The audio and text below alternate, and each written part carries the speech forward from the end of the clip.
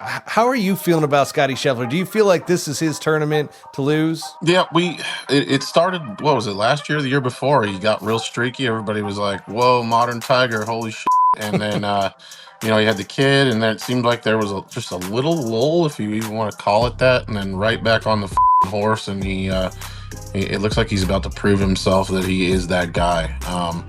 I think it is his to lose for sure. I think it'd be stupid not to think that. Do you think Jack's going to take this personal, Butsy? Yeah, I think he already has. I think it's especially at his later age. How many years he got left. You can't even let the man know. It's a little shitty, or it's just a huge media play, and that's the whole point of it, is to create that kind of buzz. But yeah, he should take it personally. Is CBS the best broadcast for golf? Yeah, I'm biased. I absolutely.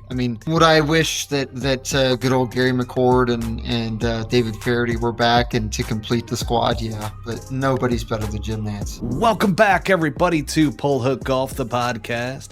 I'm your host, Matt Cook. Tonight, we've got the Butsy with us as our co-host. We got our tour insider and Brent Grant. We've got a great episode for all of you. This is the 2025 Memorial Preview. I'm excited.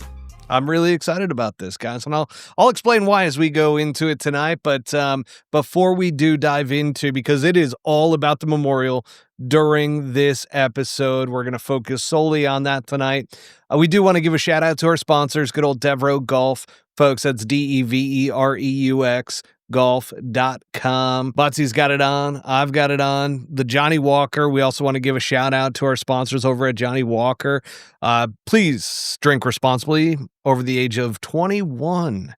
Now, with that said, we also have Vice Golf, which, by the way, going back to Devereux Golf, the promo code there for 20% off your entire order is Pullhook Golf 20.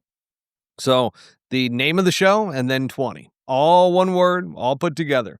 Then we've got Vice Golf. Go get yourself some golf balls, folks. I've been playing their golf balls for a while now, and I absolutely love them. And they're a great price point. They're phenomenal. They're a great sponsor. And we do want to give them a shout out with a promo code for all of you. Pullhook, just PULLHOOK for 10% off your order at vicegolf.com. And that is for the golf ball side.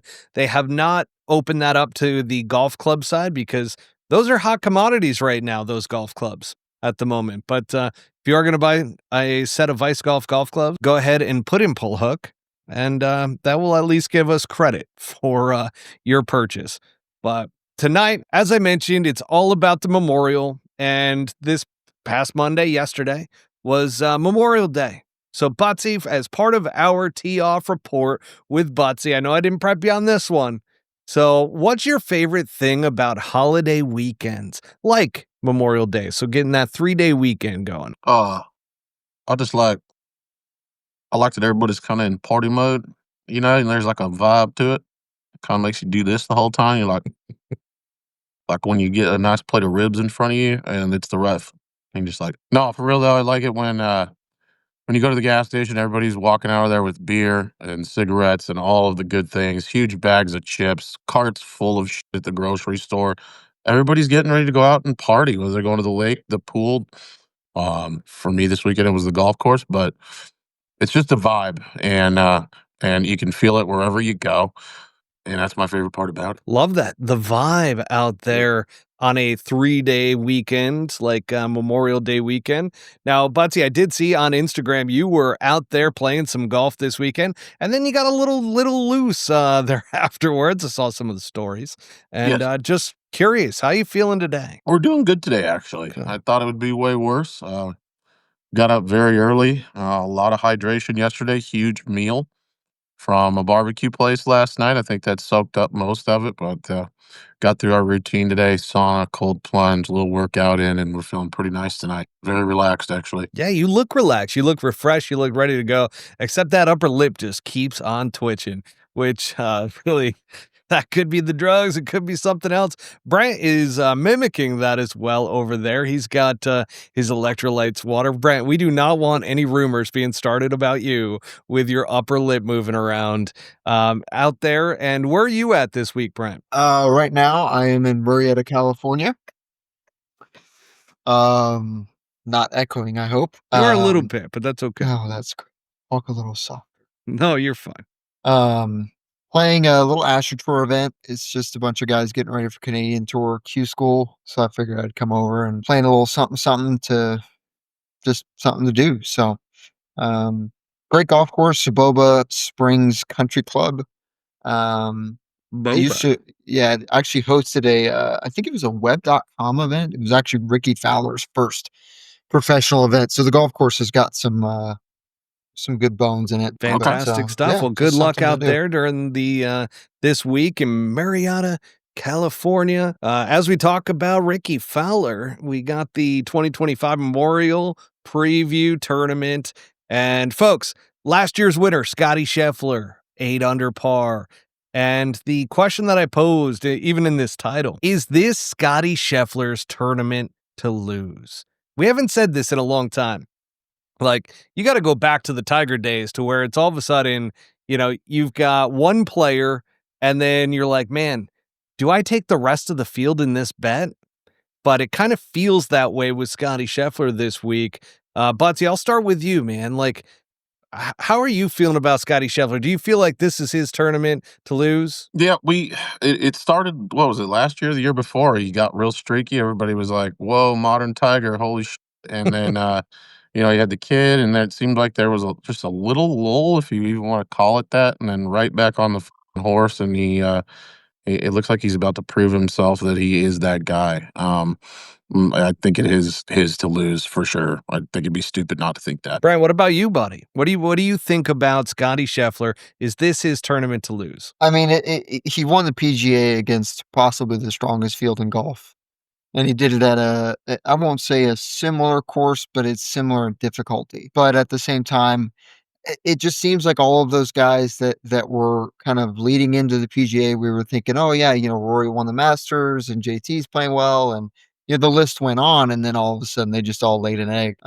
So that could mean that it could be competitive towards the end of Sunday, but yeah, I have to agree. I think he absolutely has the world of golf in his hands right now, and as long as his left ankle, or excuse me, his right ankle can stay healthy, he should be just fine. Yeah, he was a little banged up there this last weekend, and I also got to think that it was partially the little bit of a hangover from the PGA, and I'm not talking about the literal hangover from drinking alcohol, more so just from winning a big tournament like that, being emotionally exhausted, mentally exhausted, and coming into that, and yet he goes out there and finishes the top 10. So, I mean, Scottie Scheffler right now is once again firing on all cylinders, and he's somebody who this golf course fits perfectly. So I do want to talk a little bit about this because guess who did skip out this week? That's right. McIlroy. Good old Rory McIlroy has skipped out on the tournament this week. And I first want to start with a question around that. Is this a slight to Jack? Do you think Jack's going to take this personal, Butsy? Yeah, I think he already has. I think it's especially at his later age. How many years he got left. You can't even let the man know. It's a little, or it's just a huge media play, and that's the whole point of it is to create that kind of buzz. But yeah, he should take it personally if he's not. Yeah, I think it's tough because Rory doesn't play great at the Memorial. And it's not set up for his game. Like, Rory hits a draw. It's a big draw off of the tee, and it does not. Now, granted, Muirfield, you can hit anything you want. If you are a great ball striker, you're going to get away with it. You're going to be able to play great there. But the course does line up for a fade because that was Jack's power fade. And he designed the golf course after himself as a golf course that he would want to play. And so it certainly favors a fade. Does that mean a player who hits a draw cannot win there? No. I mean, we've seen it time and time again whenever we say, oh, this golf course fits X, Y, and Z. Like, for instance, Scottie Scheffler hitting a fade 2 weeks ago at the PGA Championship at Quail Hollow, which fits a draw. So certainly it can be done, especially if you're playing at a top level. But Rory skipping out this week. I mean, Brent, talk to us from a player perspective. Like, why would somebody like Rory skip out this week? Yeah, I mean, we don't obviously know what he's got going on in his personal life. But maybe this is, I think the U.S. Open is in 3 weeks, 4 weeks, 2 weeks. 2 weeks. So So we got it RBC could be, Canada next week, and then we've got which the he's US playing. Open. So he's likely playing the Canadian Open, but because he has in the past. But who knows? I mean, maybe he went to Oakmont, or maybe he went to visit family. Who knows? But do I think that playing the Memorial and playing in an elevated event after all of the talk about how it's about the best product and so on and so forth? Do I think that it's from my perspective? Yeah, it would feel like, what are you doing? So you don't. I mean, you won the Masters. That's great. But the last time I checked, that doesn't mean that you're done playing golf. So, and he's taken, he's obviously taken the last 2 weeks off. So, I mean, who knows? Who knows what he's got going on? From my perspective, I would just want to see the best players there. And when Scottie wins a tournament and he's not there, it makes a difference. For sure. And here's another thing with Rory McIlroy not being there this week. I can't recall if this announcement came out before or after the PGA Championship. And obviously, he didn't play well at the PGA Championship. Obviously, there's some media about the illegal driver that kind of caught a little bit of some conspiracy theorists out there on social media, and him skipping out 2 weeks in a row. And this is a signature event. I mean, this is a $20 million purse. $4 million goes to the winner, 700 FedEx Cup points. So we're talking about a big tournament. One of the biggest. For him to skip out on it, and a legend like Jack, like you said, he's going to take it personal. Yeah, that's going to be something that Jack is probably not going to forget for quite some time. And here's the other part. Rory has been up there in the top 10s in the past. So it's not like it's a course that he can't play.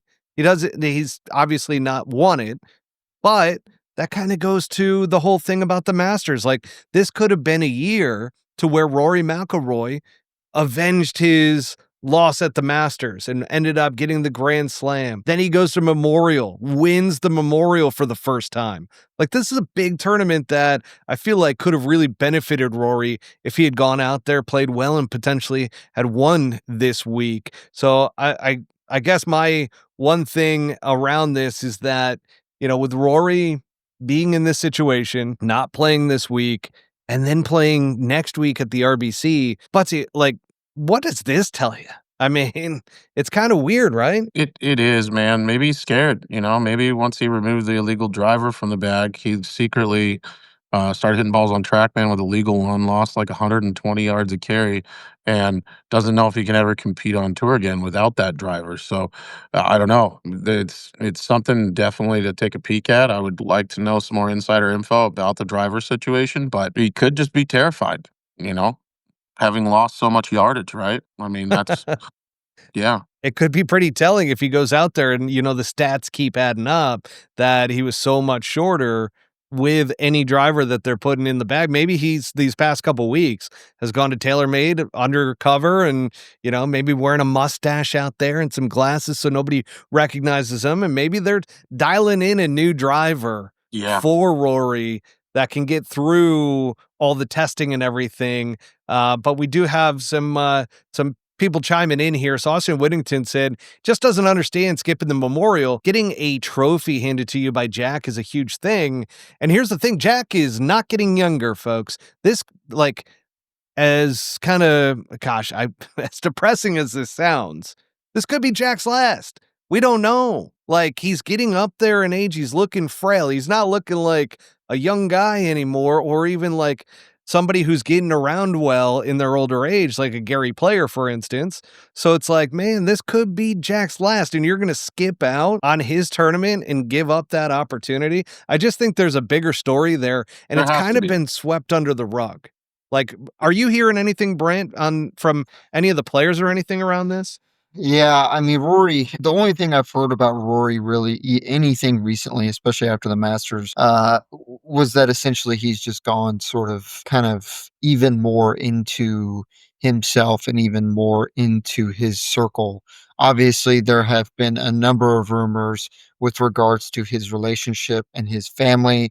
I don't want to be anywhere near that. I don't want to comment. You don't want to talk about it? I don't have an opinion.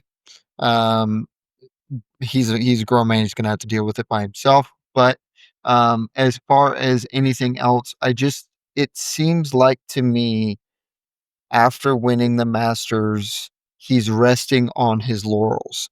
And for somebody like him, Good word. when he's seen success, which he has, obviously he's won 5 or 6 Dubai race to Dubai's. He's won 4, I think, FedEx Cup championships, 3 or 4. And now that he's won the Masters, I don't see Rory really looking at the rest of the golf world thinking anything but, I'm just going to sort of play where I want to play, and be all about the money at this point. Like Which, I he's mean, done feeling like he owes anybody anything, right? yeah, and that's fine. That's great. I mean, he wants to focus on golf, and he said as much, which we talked about it all last year when he was being hyper political, that he just needs to shut up and play golf. And that's exactly what he's done. And so kudos to him. Do I think that skipping out on Memorial is a good thing to do? No, but I absolutely agree that there must be something else going on. Around Rory, you actually, as you were talking about it, I kind of felt like, oh shit, if he had played well in the PGA Championship and potentially won that, then he's going to try to get the Grand Slam and play in everything, right? However, the Masters was the big one for him. That was the finale. And I don't know if all of a sudden he just doesn't play well at the PGA Championship and then he kind of packs it in for the rest of the year to where he's like, well, my career is solidified. I'm good. Like, I don't know Rory, so I don't know if that's something that he would be thinking or not. But like, Butsy, put yourself in his shoes. Could that potentially be something to where he's like, man, I'm riding off into the sunset. If I win another tournament or two, great, but I'm not really going to do anything out of my way anymore in regards to schedule or playing in tournaments. Yeah, totally. I mean, absolutely. That's fine. And if you're going to miss the Memorial, just tell Jack you're going to miss it, you know? Yeah. Big deal. Okay. Not going to be there. I want to prep, like you guys talked, like Brent said, prep for the U.S. Open, take a step back. I'm going to stop listening to what other people are telling me I should be doing with my golf career and do things as I see fit. Okay, fine. But, shoot the guy a text or a phone call or something written. He might have done that, but Yeah, I mean, either that's what I'm way, saying. They might just be blowing this up, and there's really no bad blood at all. And Jack, I don't think that there's any issue with it. I think clearly Rory's got something else going on that he feels is important. To give the guy the benefit of the doubt, that's kind of where I'm at with it. But at the same time, I mean, it just, you could tell after the Masters, you could tell even just on Masters Sunday that he was kind of like, "What else do you want from me? Like I've done it. Like I proved that I'm at least one of the greatest of all time, and can't argue with the guy." And you know what? Honestly, there's a part of me that if I made a certain number, I would probably check out as well and play tournaments that I wanted to play and only care about that. So, of course, I don't blame him. I'm thinking about it right now, and I'm like, man, if I only won the Masters, because that would be the one tournament in my mind 100%. that if I win that, my career is set, I am good, and I'm probably just riding off into the sunset if I got enough money at that point. Take Now, the $700 competitive million side. from Live. I mean, yeah. I mean, he already gets, I mean, I think you get paid. I mean, just like the boilerplate sponsorship, thing for a Masters winner is in the millions. So, I mean, it's kind of ridiculous. Now, there might be some golf courses, there might be some tournaments where he feels that, hey, like for example, who was it?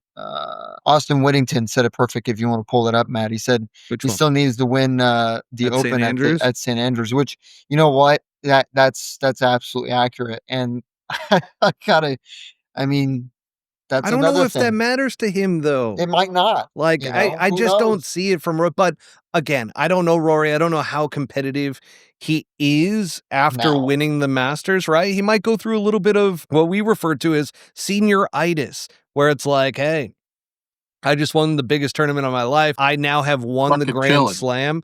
I am hanging out. I'm not worrying about golf. I'm going to play in some tournaments. He's got a kid too. Yeah. I mean, he's got little Poppy, and I believe they have 2 kids, right? If I'm not mistaken. Or it's just Poppy. But anyways, there was a good question here as well from JBTN23. How common is it for drivers to be non-compliant? I did hear that during the PGA Championship, it wasn't just Rory's that was illegal. I actually heard Xander Schauffele's was as well. So certainly there's a lot of guys. And again, it kind of goes back to, we were talking about this last week, that the driver, especially the way that these faces are made, the more these get hit and worn in, the more they get that trampoline effect.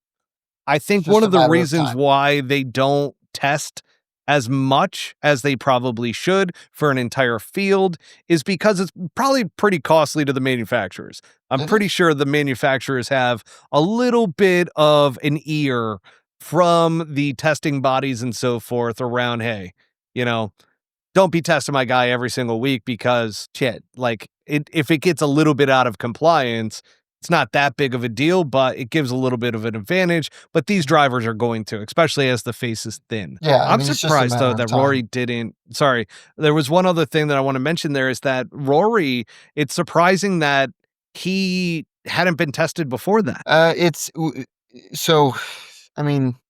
Likely with his schedule, playing a handful of tournaments in the beginning of the season. He just wasn't there when they got tested, or if he was tested, he didn't fail. There are I think 3 to 5 tests. I played 30 some odd events on the 2023 season. I think guys got tested 3 times. Okay. So not a lot. Listen, I don't want to go down the testing route because we did that with the drug testing to where there was a lot of varying opinions around that. So yeah, we will, it's still kind of one of those things that it might not be tested all that often, as what Brent's referring to there. It's not. But let's get back into the tournament a little bit. This is at Jack's Place, Muirfield Village Golf Club in Dublin, Ohio. What he's been able to do for the I don't know, is it a town? It's got to be a town of Dublin in Ohio. Par 72, yardage 7569. Up in the northeast area, and you get some humidity out there. Ball doesn't travel nearly as far. And I did mention earlier, this is a signature series event, $20 million purse, $4 million to the winner, plus 700 FedEx Cup points. So definitely, once again, makes it surprising that Rory is taking the week off. A little bit later on, we're going to get into some memorable stories at the memorial that have occurred over the years. And this is part of what was getting my juices going back and realizing how much history the memorial has in such a short amount of time. Exactly. Guys, it's one of my favorite tournaments. The broadcast this week is CBS. Good old Jim Nantz. And I got to ask you guys, and I'll start with you, Brent. Is CBS the best broadcast for golf? I'm biased. I absolutely.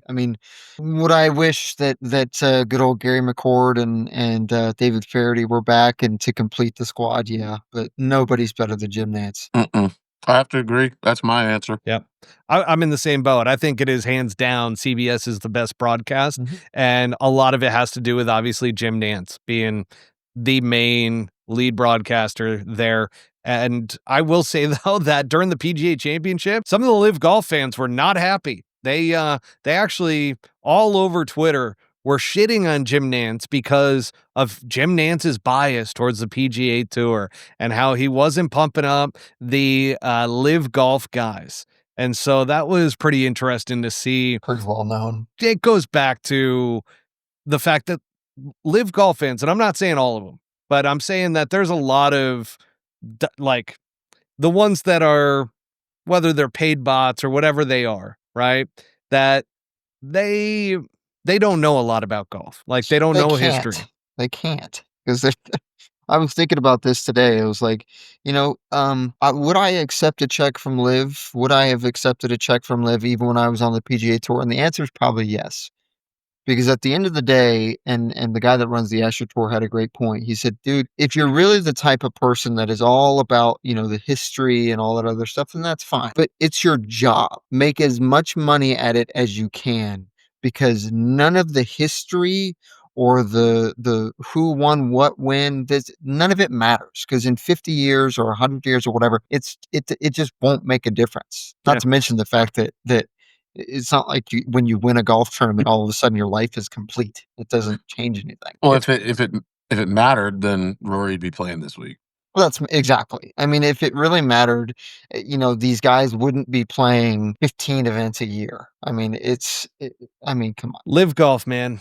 So Butsy and I, when we first started, when Butsy came into the show and so forth, we talked about it. I talked about it with Mikey Perez at the very beginning, like back when there was really bad blood and, the whole political thing was going on. We would have taken the money, no doubt about it. Like, there was no question. That's why I've never disliked the players because of it. Like, they took the money and good for them. Like, I've never had a problem with that.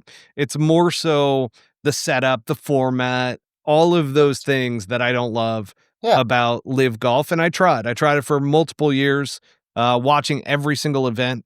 And it just, at the end of the day, it fell short. So I know some people like it. It's kind of the edgy, the new bad group of guys that, but at the end of the day, watching the PGA Tour, it's just a different product. It's a better product, and it's a better format and setup. And, it's the best competition in the world on the PGA Tour. So you're not going to change my 100%. opinion there. But I do want to get into the betting odds for this week before we start talking about some memorial stories. Betting odds, Scottie Scheffler, and this is why I kind of led with the entire fact of Scottie Scheffler. Can anybody stop him? Is this his tournament to lose? Scottie Scheffler's plus 280. Jesus. The next guy, I mean, this is basically Scottie Scheffler versus the field. And again, we only used to see that with Tiger Woods. We've never really seen this otherwise. Not even Rory at his best. And there is something to be said, though, too, that this week just feels like it's Scottie Scheffler's tournament. Like, I don't know. It's tough for me to go against Scottie Scheffler this week at all. Where like other weeks, it's like, oh man, this player or this player. But in second, best odds are Xander Schauffele and Colin Morikawa. Colin Morikawa actually finished second to Scottie Scheffler last year by one shot. Obviously, he hits a bullet fade, so this course lines up really well for Colin. But Xander Schauffele is up there with him at plus 1,600. That's why it's very surprising, because normally, like, second and third are like maybe 4 or 5 plus 600, like that range. No, it's plus 1,600 for second place to Scottie Scheffler. That's fucking crazy. That's nuts, right? It is. Yeah, I mean, you start talking about the stuff and it's like, normally, like you said, there's kind of a little bit of a pattern, but for them to just basically out and out Vegas, for them to say, no, Scottie's winning the tournament. Like, it's pretty much what they're saying. This is another point to the argument that Scottie Scheffler is doing something that's completely different. Yeah. Like, even Rory, even Phil, I mean, some of these guys that were world number one briefly while Tiger was hurt, a decade ago, like, doesn't even come close to what Scottie's doing. It doesn't. It's wild. I mean, this is the best player we've seen in our lifetime since Tiger Woods. Absolutely agree. It's just, there's no if, and, or buts around it, in my opinion. I did see something about how if you say that Scottie Scheffler is better than Phil Mickelson, you're crazy. Now, I will say, yeah, I'm crazy, because I think Scottie Scheffler is a better golfer than Phil Mickelson. Granted, Phil Mickelson's got the resume, right? He's got all these tournaments that he's won, all the majors and so forth. Scottie's got some work to do.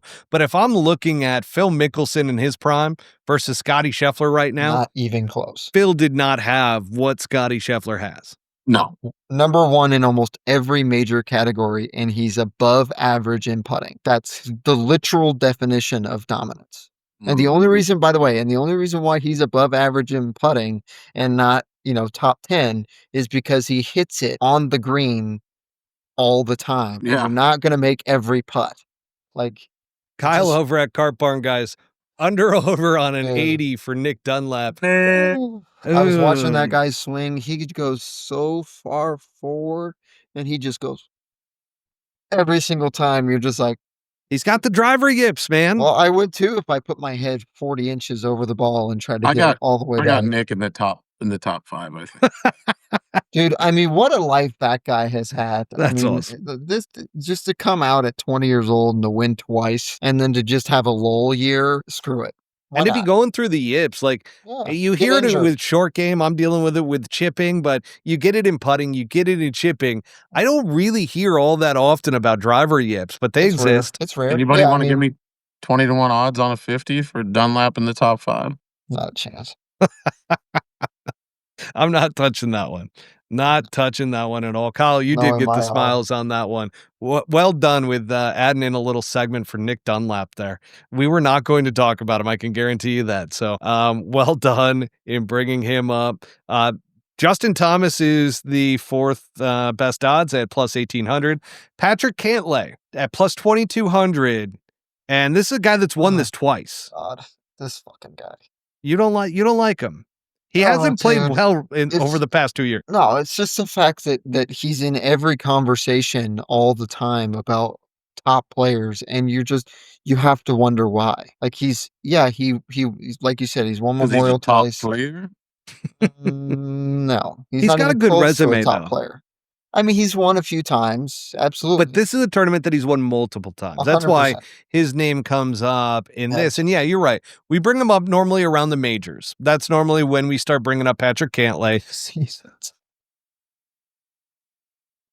You don't think so? Absolutely not. I mean, his there is nothing about his game in the last 2 years that tells me that he's anywhere near the top 10. Somebody That's pull his interesting. stats up for the last 2 years and tell me he's not a top player. Yeah, Trot. How about it, man? There's at least 30 guys that have won PGA Tour events, and he hasn't. You know who I also do like this week that is sitting at plus 2,500 is Ludwig Ober. Oh. Well, we're going to get into dark horses, Brent, because Justin Rose is actually in my dark horses picks. Victor Hovland, Tommy Fleetwood at plus 2,800, Corey Connors plus 3,000, Hideki Matsuyama, Jordan Spieth, Jordan Spieth plus 3,500, Daniel Berger, Watch Shane that. Lowry plus 4,000, Tony Finau, Seb Straka, Denny McCarthy, Siwoo Kim plus 4,500, JJ Spawn, Keegan Bradley, Matt Fitzpatrick, don't call him Matthew at plus 5,000, Aaron Rye, Ben Griffin, and Russell Henley at plus 5,500. You know what's crazy? Russell Henley is in the top 10 in official world golf rankings and in points on the FedEx Cup right now. Yes. Not Consistent a top player. Not a top player. Consistent player. You know what, though? That could be the same thing you could say for Patrick Cantlay. Very consistent player. Sort of. Not a top guy. But Patrick Russell Henley's Cantlay's won more times in the last 2 years than Patrick Cantlay. Correct, because Patrick Cantlay has not played well the past 2 years. However, let's keep it moving, keep it grooving. We also have some more odds here as well with Bobby McIntyre, Maverick McNeely, Harris English, Sam Burns, and Sung J. Emerson at plus 6,000. So let's go over our picks. And then, like I said, we'll go over some dark horses after that. And then we'll get into some stories from the Memorial I was Tournament. going to say, should we talk about some of the people that are in the event this week? We certainly can. Absolutely. Absolutely. Buzz, so We have been. So, yeah, we have been. people. We've also talked a lot about people that are not going to be in this tournament this week. There's at least one person we've talked Just about. one. But, Botsy, why don't you start us off with your pick, since I think I know who it is. Nick Dunlap. Probably. I didn't mean that's to laugh so first hard. and foremost. No, I'm going hard with Sepp Straka. I like Straka. I really do. And I think You've been Xander high on is- him lately. It's a good call. What's that? You've been high on him lately. Yeah, he's a top player. So I see him possibly having a chance come Sunday. Xander might be the rug puller, but all in all, yeah, I think Scottie Scheffler is walking away with it by like 5 shots. Brent, what do you think, buddy? Well, I try not to pick guys that everybody else picks, but I want to see Ludwig get after it this week. I want to see Oberg put his foot down. Although I'm also half thinking he might just win the U.S. Open this year as well. But we'll talk about that later. This is a great test for the U.S. Open in terms of prep. Exactly. Like, you're going to deal with some long, rough, Jack makes it firm and fast. But then especially on there's Sunday. the praying mantis, the left-handed Ooh, lemur, Akshay Bhatia. The lemur. You know, Tree. he plays. He's got. You like that one? Oh man, he plays really, really well on hard golf courses. So, and he's a fantastic putter. So, look out for Top him. player. Top player. He's got the problem though to where he's a lefty and he hits a fade, so that could be He tough. does. But we'll see. I do like the Ludwig pick because he was the one that I saw on this list that I'm like, he's the guy that I think could take on Scottie at this golf tournament and potentially win.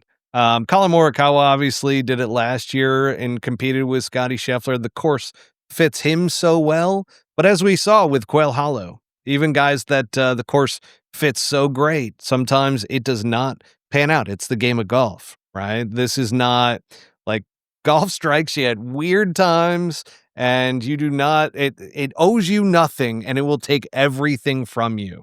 So Correct. that being said, I do think Scottie Scheffler is going to walk away with it this week, but obviously I want to give some other calls within this.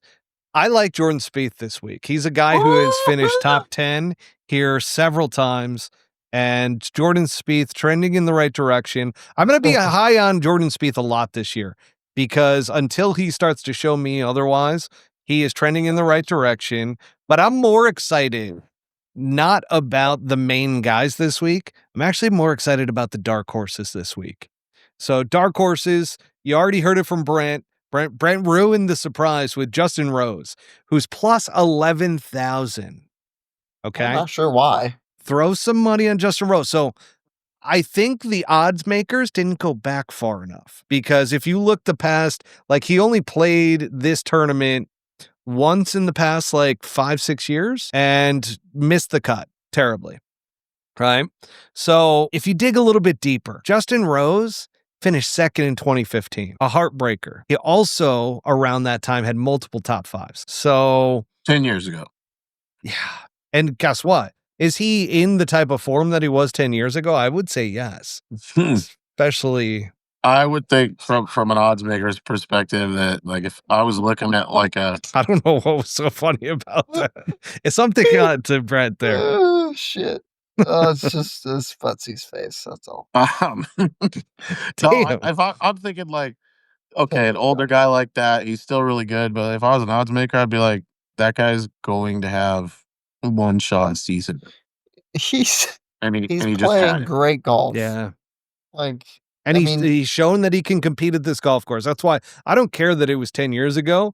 Like he's a guy that is playing top level golf once again. I like it's a dark horse, so it's not a No. a dark horse pick. It's a dark horse. I would love to see what my boy Brent said on the chat there about good old Tommy Fleetwood getting it done this week. Wouldn't that be Look amazing? at that. So Brent Hobby over on YouTube just said that Thomas Paul Fleetwood His for character his looks like a first shirtless Kyle. PGA Tour win, mark it in the books for Brent Hobby.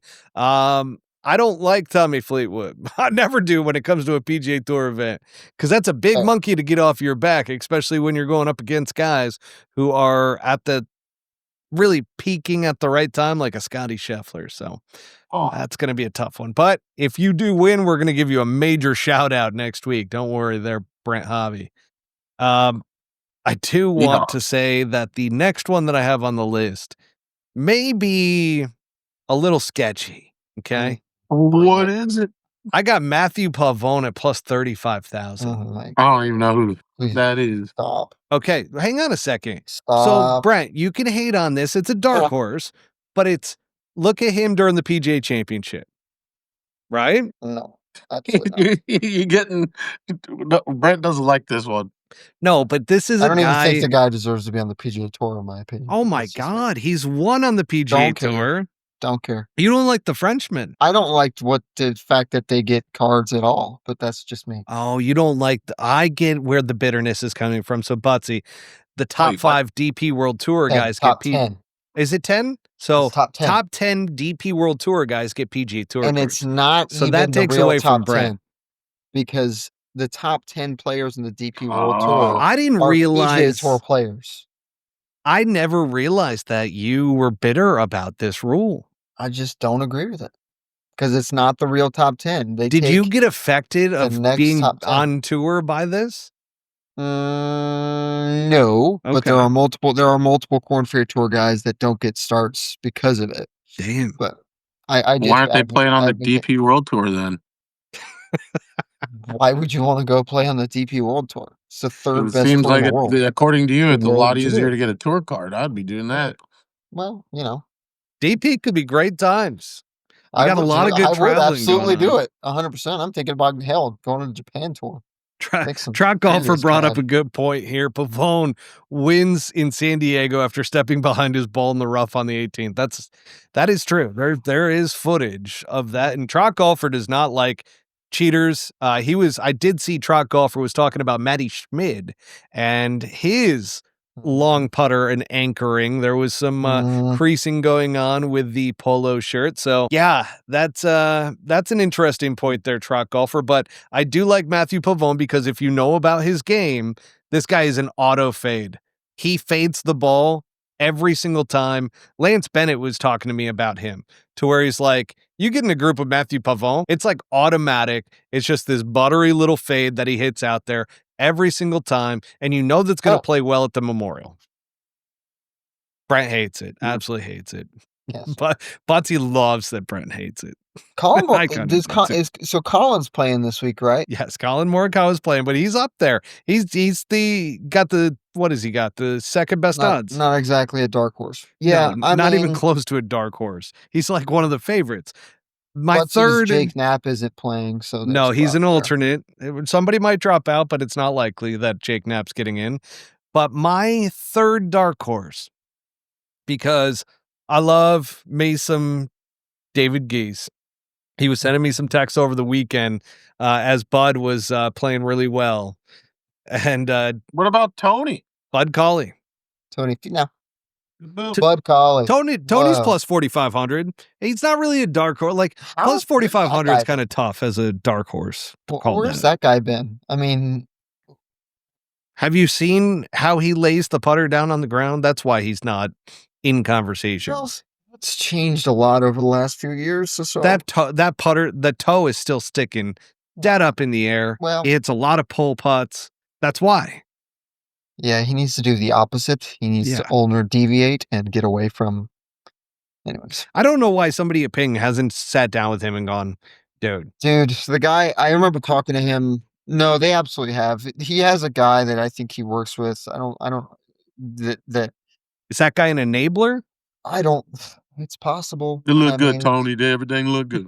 The way he describes his problem is that. You know, he gets going bad when the putter kind of does this on the way back. And I was kind of like, so you're going to make it even, like, it doesn't make any sense. The sweet spot couldn't be smaller. He could put with a fridge and he'd still pull it. And you know what's funny about Tony? He's kind of under the radar because he's actually playing really well.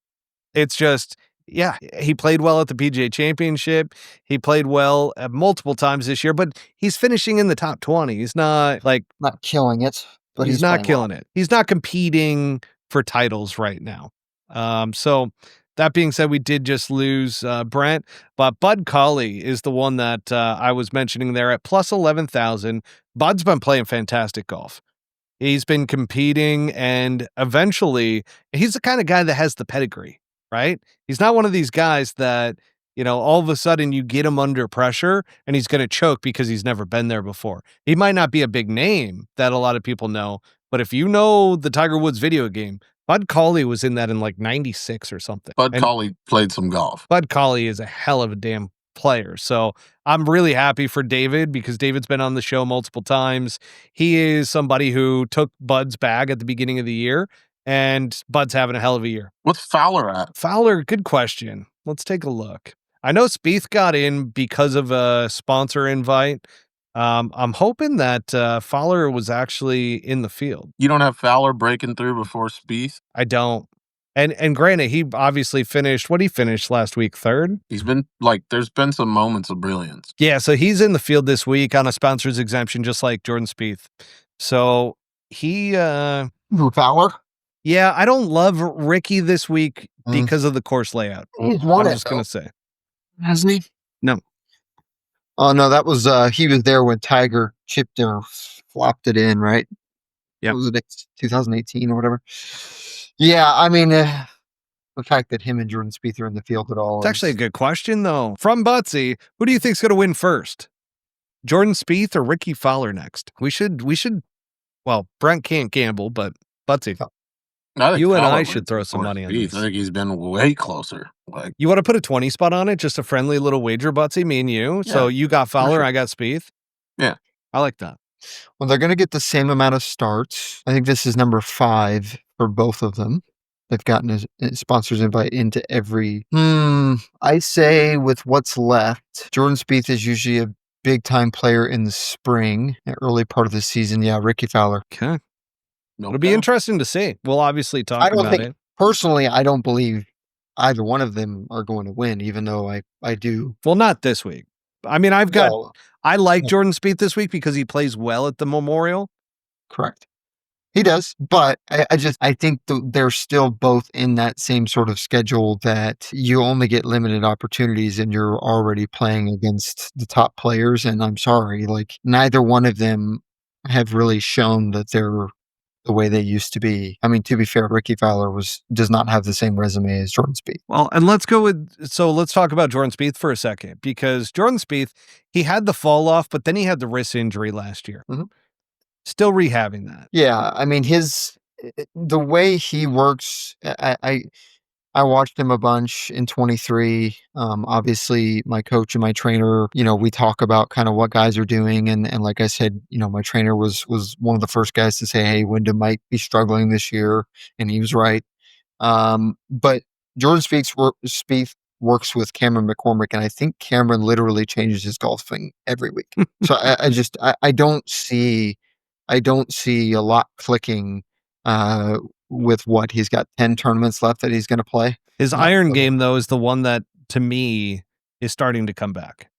The driver is still suspect, but Jordan Spieth during his prime still sprayed the ball with the driver because he was always trying to get extra distance. Yes. Mm-hmm. But his iron game was so damn good. And that's where I think he's starting to get back to that.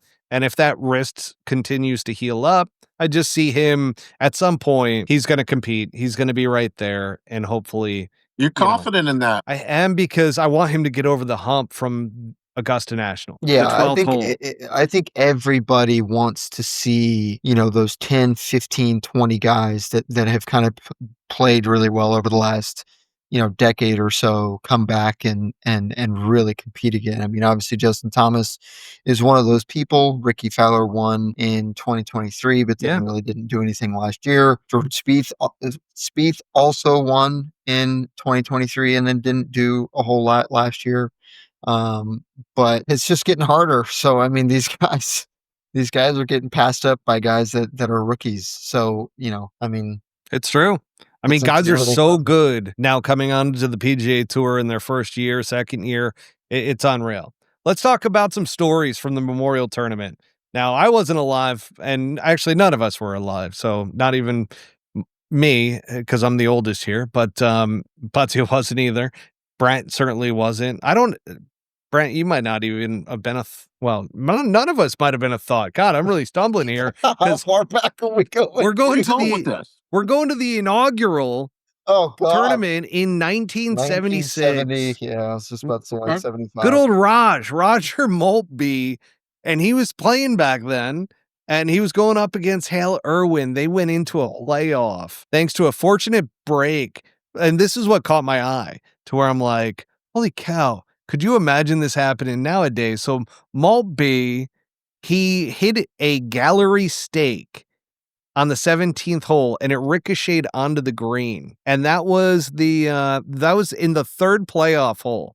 So it allowed him to stay in the playoff, which then ended up going a few additional holes later, and he ended it. But that bounce. He beat Hale Irwin?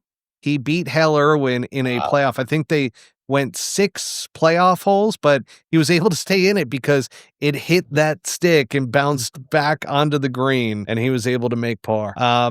So obviously that's the inaugural.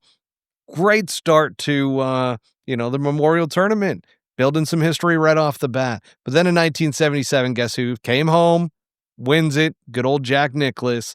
And that he wins his own event, and he was 37-year-old back in 1977. Then we move on. So good old Nicklaus won it again in 1984. Didn't he win the Masters in 84? So Jack, and that's kind of a theme here, because Scottie Scheffler kind of did the same thing, which, yeah, we'll see. Let's obviously it can't happen this year with Rory McIlroy not playing in it.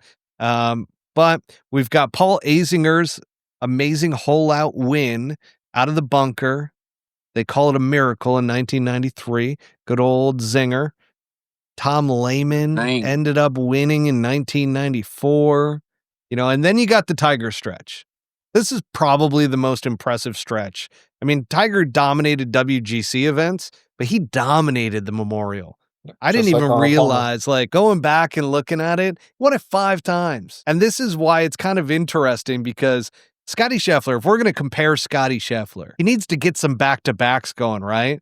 Well, Tiger Woods has a 3-peat at the Memorial. A 3-peat. Okay? So Scottie Scheffler has a chance to go back-to-back this year. In order to set it up for next year, we could be talking about Scottie Scheffler winning a 3-peat and matching that up against Tiger Woods and so forth. So that could be pretty cool from a storyline standpoint for us heading into next year if Scottie Scheffler does win this. But he's going to win it. I think he's going to win it. I mean, anybody check the weather? I have. No. Hold on, let me check. Check the weather. Tiger also had the chip in at 16 for his 73rd win, which tied Nicklaus. Doesn't look great. Some thunderstorms, some rain, some cool temperatures. What? I mean, it's not going to be very warm. It's going to be wet. Course is going to be playing long. This might yield for somebody that's just an absolute dagger with those mid to long irons, which I think Scottie is. So, So it's Scottie Scheffler's week is what we're hearing. Hideki Matsuyama in 2014, 22 years old, broke through for the first time, beat Kevin Na. I believe that's when Kevin Na was dealing with the waggle issue. Ooh. Not being able to pull the trigger. There was some stuff going on with that. That was when the first murmurs about him going to live came up. In 2014? Mm-hmm. That was 2014. I can't deal with this. I have to only play 3 rounds. Live wasn't even a thought at that time. It wasn't 12 years ago. 2016. Guys, 2016, Dirt McGirt. Do you guys remember this? Dirt McGirt wins. I know Will McGirt very well. So he was being his claim groomed to fame. by Greg in 2014 about a future plan that would later fall into place. And one of our favorite players, back in 2019, Matt Kuchar, did not win, but there was a rules issue that good old Rickie Fowler and the rules official went against Matt Kuchar. Matt Kuchar went off because his ball ended up going into an embedded ball mark of somebody else's. Correct. So he thought that it obviously flew in, argued it to death. They ended up having to go to the broadcast to replay it and see it bounce and go into it before they finally moved on. So Matt Kuchar threw an entire stink, which he is a sponsor exemption this week into this tournament, which is wild. He's a workday sponsor. He is. He's a workday athlete. So I believe Jordan Spieth is too, if I'm not mistaken. I don't know, but Brent Snedeker is. Snedeker, there you go. I mean, that whole thing. I mean, they've been going on about it for a couple of days now. All the podcasts around the Golf Channel and look stuff at this. like that. Austin Whittington is on his game tonight because the very next one that we're going to talk about is John Rahm in 2020 and the penalty that he had on an amazing golf shot. So let's see What if I happened? I don't can. remember that. Yeah, The golf so ball moved ever so slightly, and you could only see it on slow-mo. yep. And so he chipped in from the deep rough, and it was basically sealing the win. But slow motion replay revealed his ball had slightly moved as he addressed it. After the round, Rahm was assessed a 2-stroke penalty for the inadvertent rules breach. Why it stands out, even Son with of a the bitch, penalty, Ron. reduces his margin of victory. Rahm's performance was dominant enough to clinch the title and make him world number 1 for the first time in his career. And after that, they changed the rule that if you can't see it with the naked eye, it Yep. didn't happen. That's right. And in Oh, is that 2021, real? yeah. So you can no longer go to call-ins either after that, I believe. Nope. The Now- whole thing was some random guy said, "Oh, I think I saw this." Yep. And then they had to go back and they slowed it all down and everything. Ridiculous. But 2021, Jon Rahm's shocking 6-shot lead withdrawal, and that's where Patrick Cantlay, the player that Brent Grant says is not a top Not player, a top player. got his first victory there. And yeah, it came all the way back That's to why win. it doesn't count. So Oh, he didn't. what's funny is, as the PGA Championship, we saw Rahm collapse as soon as he got to that he tied for the lead and then collapsed. Uh-huh. Seeing this again in 2021, is this No, he just got COVID. something? Well, okay. So he did get, oh, that's right. It was a withdrawal. That's right. So didn't it lose was the the event. COVID-19 test that came back. Sorry, I read that wrong, thinking that it was a 6-shot lead, not You thinking could talk about what him at actually the happened. players. Him at the players, I think in 22 or 23. I think 22, where he blew a lead there too. I mean, it's kind of normal for him. In 21, it was actually so. The crazy part about that was, and this goes back to the controversy around the COVID test in general, but they literally like no symptoms whatsoever, and he, somebody that he knew Tested positive. tested, yeah, and then he got a test, and then literally hours. So literally the night he gets tested in the day before. Fast forward to the next morning, and he gets a phone call. I remember that now. Yep. Like when I saw the headline, as I was doing the research, I just was like, oh, he blew a 6-shot lead. But no, it was the COVID test. That's right. That ended up he couldn't play the final. He had some COVID in his nose, not in his body. There you go. For like an hour.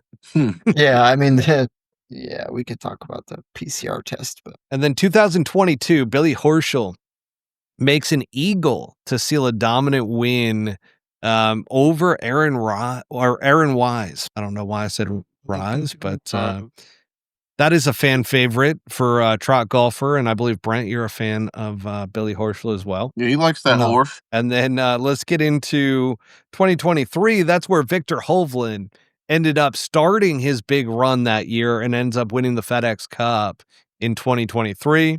And that was all started by that playoff thriller over Denny McCarthy. What's Hovland at this week? He's up there. So he is, let's see, where was Victor? Victor was plus 2,800. So he's kind of middle, like towards the top 10. What about Max home run? So he's deep on there. And he has played Memorial well. Yep. But I still, once again, I mean, we saw it at the PGA Championship. There was some rust still on that golf game over 4 days. So he still needs to work off that rust. I don't think he's ready to hop back into the winner's circle by any means. But let's get to 2024 Scottie Scheffler. Scottie Scheffler edged out Collin Morikawa, shoots 8 under. Collin Morikawa shoots 7. So once again, it's going to be tough to see somebody else win this year. And that was Scottie Scheffler on a run, remember? I mean, he had won the Players. He had won the Masters. He had won, what was it? Oh, he won the Phoenix Open, which was a Signature Series event. No, that was the year before. No, that was the year before in 2023. That's right. No, he won Arnold Palmer by 4 or 5. That's right. Bay Hill, Players, the Masters. He won 8 times last year. And he won 6 Signature Series events. Like basically was like his All the Signature Series events were set up for him. It was crazy. The question I have is, was this going on when so the level of competition is always a conversation. Like, the level of competition when Jack and Arnie or when Ben Hogan or right? Like that's kind of the conversation. When Tiger was his dominant self for all of that time, was the level of competition as stiff as it is now? I would say yes, 100%, Yeah, for because sure. you had Phil Mickelson, who probably would have had an even more storied career if Tiger wasn't there. You had Vijay Singh playing his absolute best during that time. Ernie Els, Sergio, you And had, Furyk? I mean, and what's crazy is the big names, those guys didn't fall off. No. Like, you didn't see guys go through these big tumbles like you have with Jordan Spieth, Justin Thomas, Rickie Fowler. Like, they built their names early on and then they went into some struggles, right? Yeah. That didn't happen with these guys that Tiger was going up against. And by the way, early in his career too, he's going up against legends in a lot of those, to where they're still playing at the top level. And then as those guys started kind of falling off and going to the Champions Tour, I think it was stacked back in Tiger's day. So then the fact that so many of these top players are, like you got, let's see, Xander, Colin, Wyndham, Homa, Rickie, Justin, Jordan. There's several more that I can name that have kind of been doing this and are on kind of a low last couple year and year and a half or so. Not top players. Does that make a difference to how we view Scottie Scheffler's dominance? No, not to me. I mean, Scottie, because I of don't the either, numbers. but it's just Well, when you look at the numbers, right, and you see how much he's dominating, like when it comes to strokes gained approach, everything. driving accuracy. I mean, there's all these stats that you can go and look at, and you could put them in any era, and Scottie Scheffler is going to be one of the greats. To Trott's point here, he thinks that Tiger had it harder, and I would agree with that. I think Tiger had more competition around him at that time, but man, guys have gotten so good that they may not carry the name, right?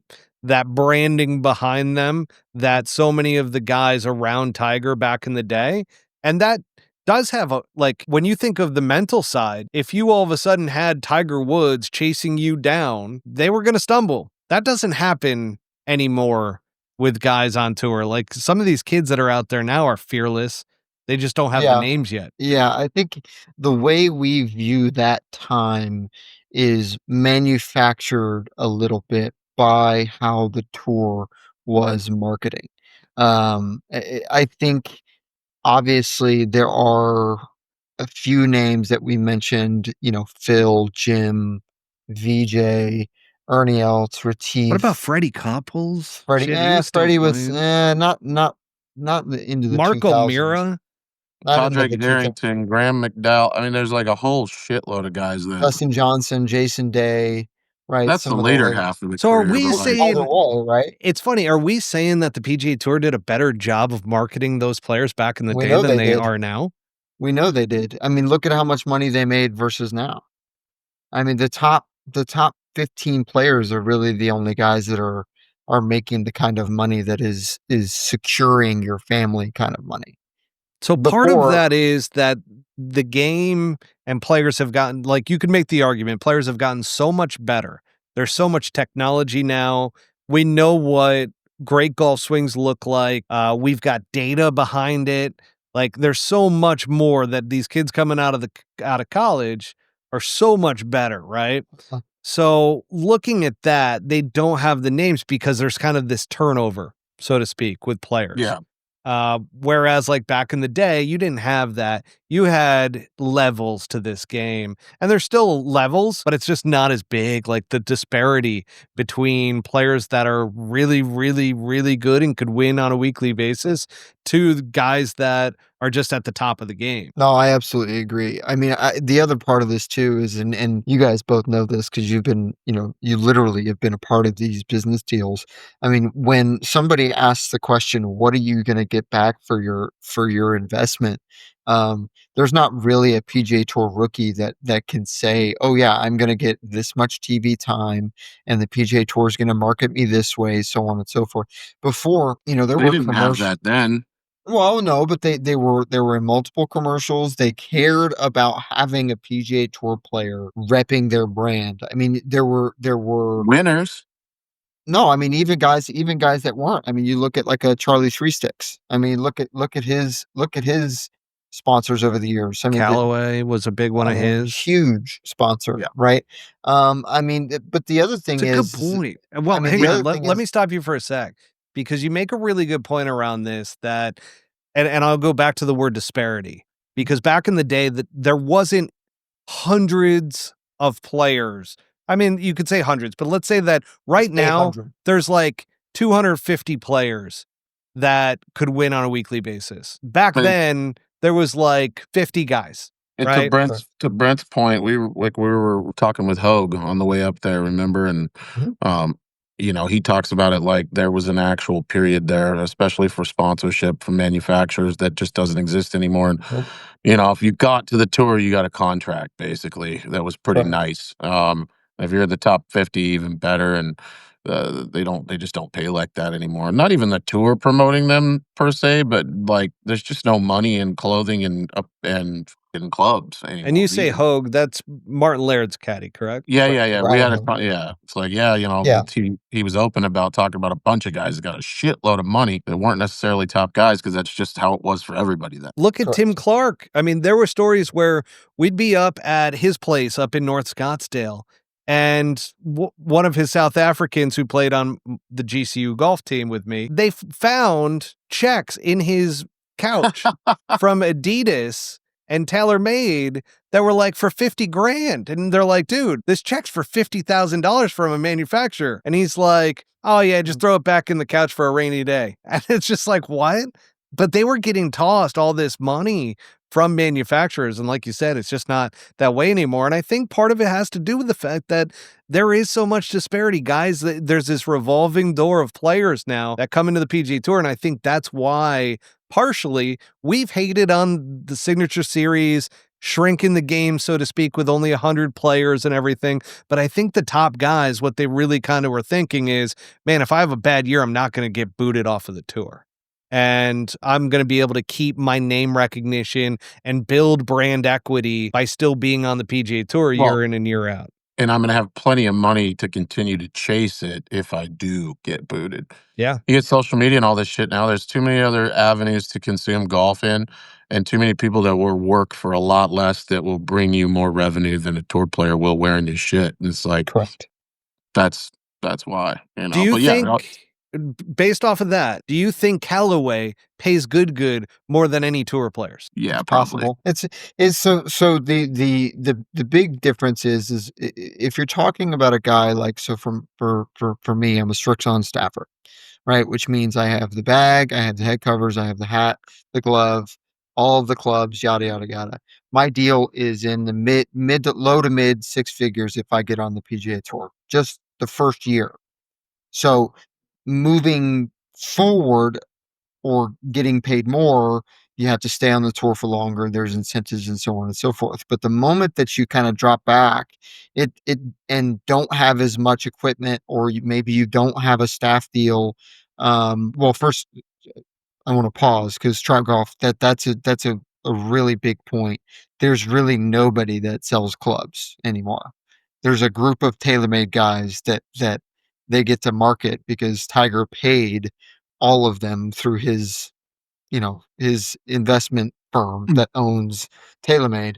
But other than that, there's no big name that's out there moving as many clubs as Tiger did. No. So there's no the real money that these club manufacturers make is in what they're doing with the drivers and all that other stuff, not to mention cutting costs. But as far as contracts are concerned, the only people that are making, again, low to mid six figures or higher are guys that are on staff or are a top 50 player.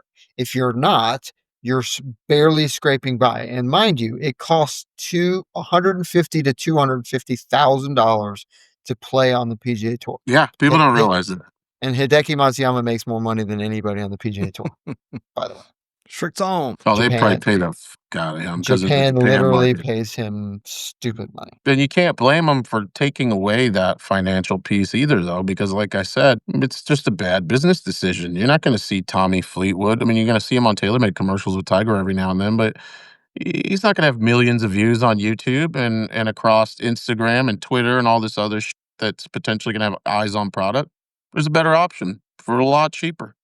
I agree. Or even the same money, like even if it's paying what they would have paid guys then, but it's all about eyes. And Well, there's you just can go get a guy like Reggie Bush, like Srixon has, right? And you can pay him some cash, and it's not like they're paying him $1 million a year, and he can easily move product. He reaches a certain demographic, he reaches a certain audience.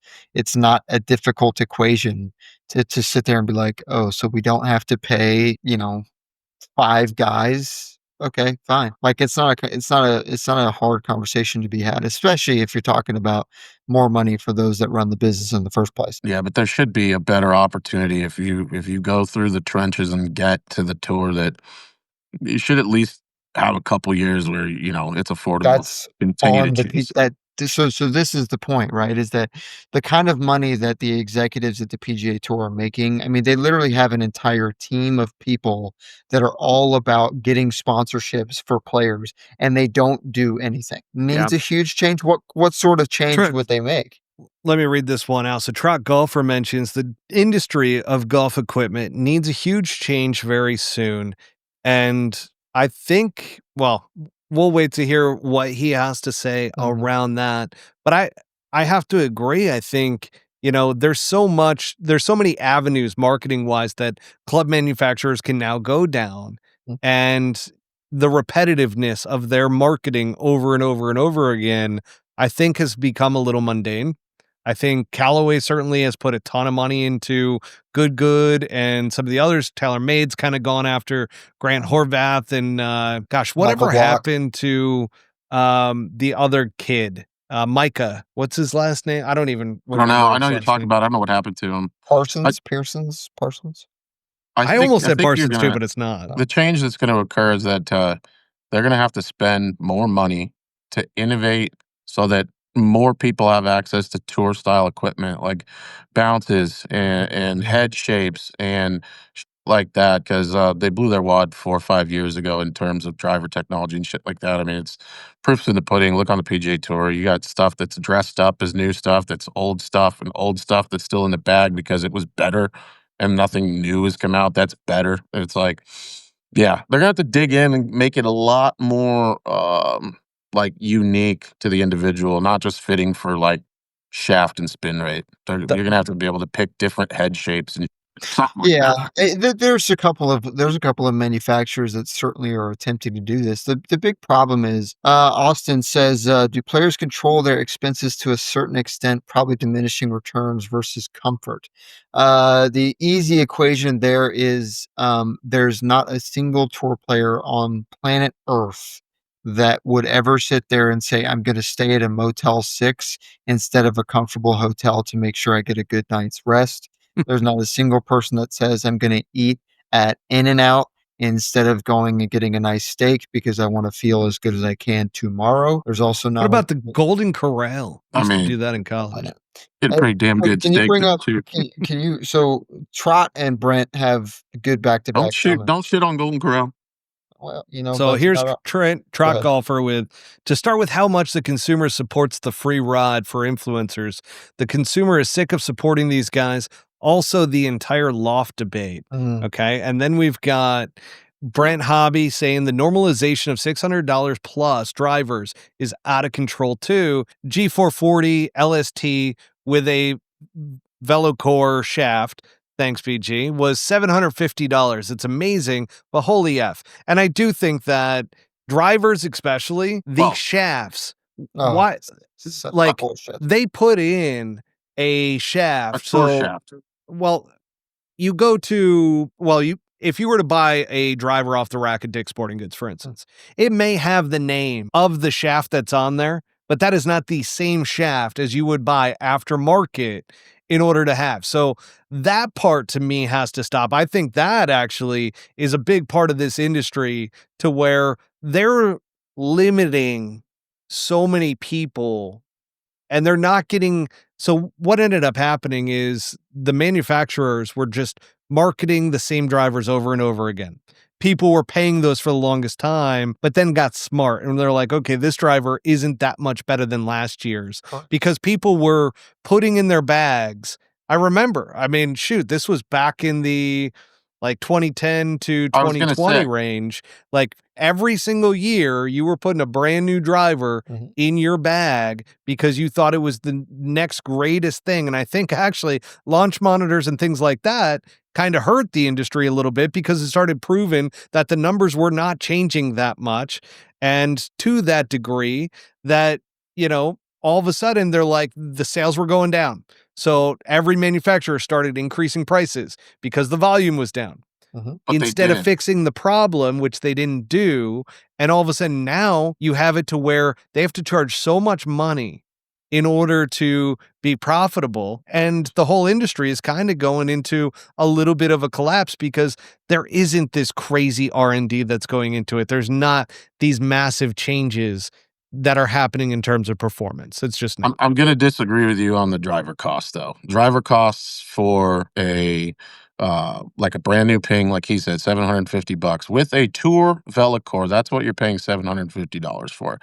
You're getting that on the cheap from the manufacturer because they are buying that Tour. Now, they have a retail version with the Ping shaft in it that's $500 or $600 or whatever it is.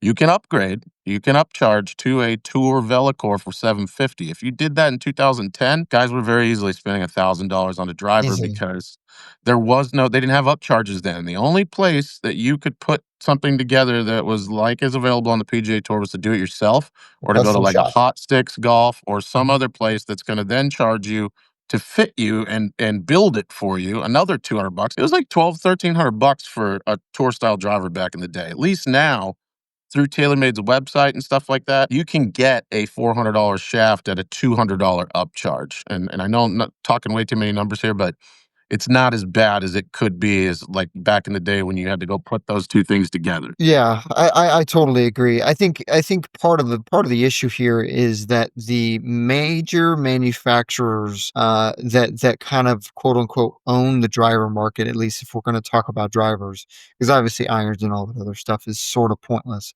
But they come out with a driver every single year. And I've talked to every tour rep about this, and the idea is that they still believe that this is what's going to keep the numbers pumping in. Srixon comes out with every 2 years. I think Ping comes out with every 2 years. Ping, absolutely, as Brent said, it's has come out with a driver that is straighter by far than any other driver on the market. And I 10 out of 10 recommend it for somebody that really struggles off the tee. But the big issue here is not that there's these random upcharges for tour shafts. If it's going to be a tour shaft, if it says TX or TS on it or whatever, it is different than your standard manufacturer shaft. The crazy part about this is, and I'll go back to what you said, Matt, a little earlier about what shaft manufacturers are giving these OEMs. It's it's basically like they're handing them, okay, here's 2 or 3 shaft options that we think would fit well with your driver, and we hope and pray that it works for most people. And the issue is that all it does is open up the market for these shaft manufacturers to jump in and be like, like for example, Tour AD, where they charge $1,000 per shaft, and they're some of the worst shafts on the market. So if club manufacturers were to actually invest just a wee bit into putting good shafts in their clubs, or at least more shafts standard, I think you would see a lot more people play them. But until they do that, I don't see that happening. They need to do it like the car market, like where a new body style doesn't come out more than once every few years. Now, that doesn't mean that small improvements can't be ordered and upgraded. And I mean, and hear me out on this, beyond the shaft. Like, let's say that TaylorMade came out and they did the carbon face. Well, guess what? You have a 2019 carbon face on yours. We're going to now engineer the golf club where the new 2020 face came out, and you can order the face for your driver, or you can order a new crown for your driver, or whatever, the bottom plate, however you want to market that. And I just think you need to expand the upgradable component feature to fit exactly what you want. And you could charge plenty of money for that Or without having to just come out with a brand new driver every year. Like, or just do it every 2 years. I mean, the gap between people, like actual regular people that play, you know, your weekend warriors or even your guys that play 2 or 3 times a year, um, they don't need a new driver every year. If they come out with a really good driver every 2 years, you would see. I mean, first of all, they'd be spending less money on pumping out a new driver every year, which that's what I'm last saying. time I checked is kind of the whole point.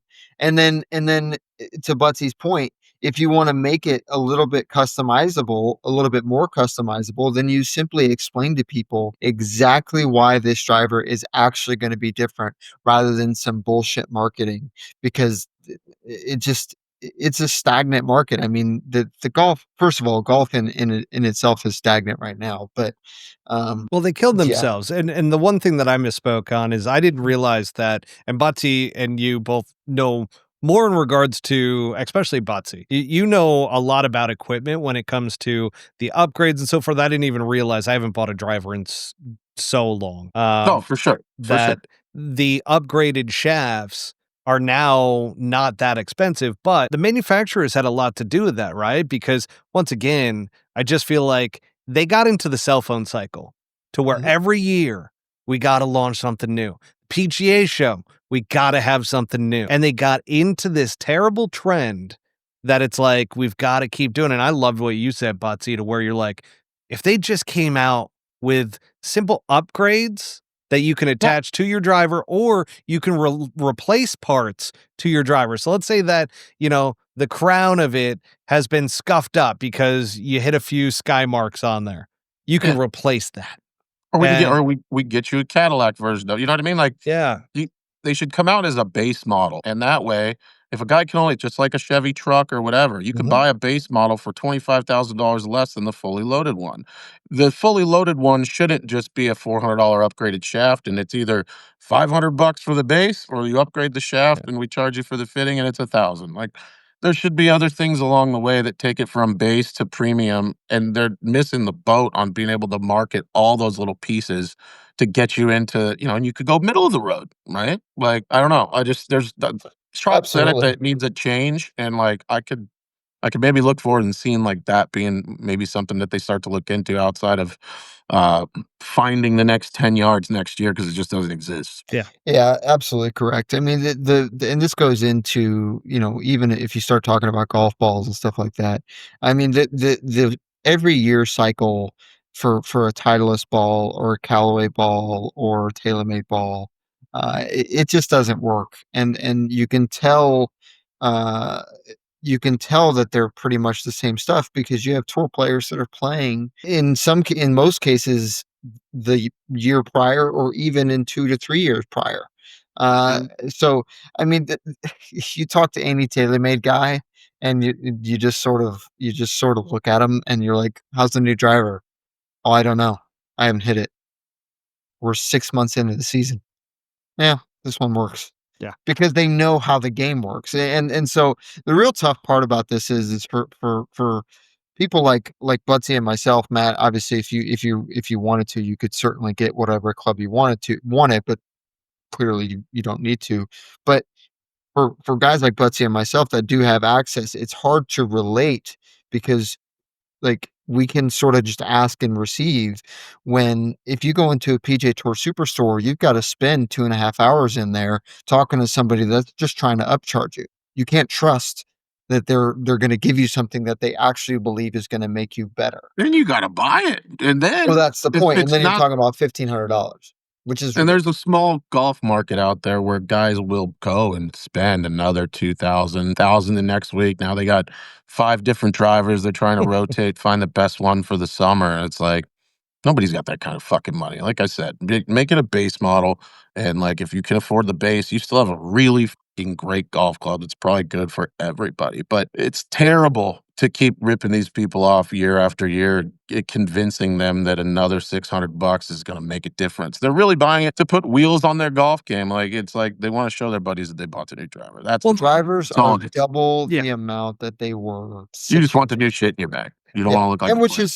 is which is totally fine, right? But think about how many times you've seen the guy that's playing the, like if they were ever to find them the slider driver, SLDR, right? Like, I still we have all one. look I'm back staring on at that. it right now, actually. Dude, That's a I look good back on driver. that driver, that 430 driver, I would play that right now. I literally 100% have golf club right ever now. made, but Don't care. I know that you Love is shat on spinning. the Tour AD shafts, but I have a Hate 'em. Tour MDX in there that's yellow and green, and it's a white-headed SLDR. That is my master Oh, what's club. that? Sick looking. It is Yeah, sick. why don't you go grab that? You should grab her real fast. He doesn't want to get up. I'm not getting up. But yeah, the whole equipment thing. I don't think we're ever going to get to a place where it's like, hey, yeah, this is the tour head, because they can't do that. They don't even get manufactured in the same place. So this idea that I'm playing the same thing as no. We've gone after golf equipment the past 2 episodes. Like, we got into it a little bit last week. It's a hot It is topic. carried over. I think we should do an episode just on equipment. And actually, maybe we can get on somebody from one of the manufacturers. I can't. And that would be an interesting conversation to have. I bet we can get Brad on here. That'd be fun. Somebody from PXG, somebody from Strixon. Hell, it would be Halcyon cool come to on. have those conversations, right? Yeah, I mean, I An think engineer. yeah, exactly. Somebody that actually understands. I mean, the tough part is you talk to a salesperson or somebody that deals, like, so for example, one of my good friends is a high up at Strixon, and he deals with all the big box businesses in most of the South and Southwest. And he tells me all the time, he's like, listen, man, like, the fact that we do things on every 2 years makes it so it's refreshing. When he sits across from these people that are TaylorMade, Callaway, Cobra, right? He's just like, what are you guys doing? Like, your margins got to suck, because there is no end to this, new driver, new wood, new iron that looks somehow exactly the same as the old one. A quick shout out to Cleveland Strixon. Roger Cleveland's back. Yes, he is. He's back at Cleveland making wedges, just like, and I saw the promo for it. Oh yeah. And those wedges are back to being what I played in high school. 588. And I'm baby. like, holy shit, this is gonna be sick. Tour Reg 588, my first set of wedges. He is so obviously everybody's a buzz about it. The entire company is so glad that he's back. Obviously it's his company. But he's one of those guys that does not care about other people's opinions. And he's going to build whatever he wants, however he wants to build it. Brent, can you give me a couple of those? I might be able to. Honestly, the crazy part about it is that because because I'm so close with a couple of the guys, the R&D people they're constantly working on this stuff. So the fact that Mr. Cleveland's back is huge, and I'm so thankful for it, and I know everybody else is. He's got some broad shoulders and a big back. All right, everybody, that's going to wrap it up for tonight, for tonight's episode. I would actually say that this went from being the 2025 Memorial Preview into a debate on club manufacturing. Cut it in half. I think so. I think that's exactly what I'm going to think about. I think we're going to release potentially 2 out of this. But yeah, that was a fun debate. But I think it leads to more, right? I think it's something that we could leave in this episode, but I think it's something that I want to have a longer conversation on and really spend an entire episode on just club manufacturing, that industry, potentially bring on some experts from within some of the companies. Like you said, potentially an engineer, potentially like even a salesperson would be interesting to talk to, just because they know the BS that they sell. But again, very excited for the CBAS broadcast this weekend for the Memorial Tournament. It is going to be a great, great tournament where Scottie Scheffler is going to potentially win. And it's going to be a lead in to the U.S. Open at Oakmont, which is there a better U.S. Open venue than Oakmont? We're going to be talking about it. We can't answer that right now. We will get into all of that in the weeks to come. Probably next week, actually, we will get into that. But yeah, we do want to thank our sponsors, Devereaux Golf. Make sure to utilize the promo code PullHookGolf20 at checkout for 20% off your entire order there. We also have the promo code with Vice Golf. We want to thank them as well for Pull Hook. So PULLHOOK. And then we've got another sponsor jumping in next week that we will be talking about there as well. But without further ado, peace out, everybody. A-Town down.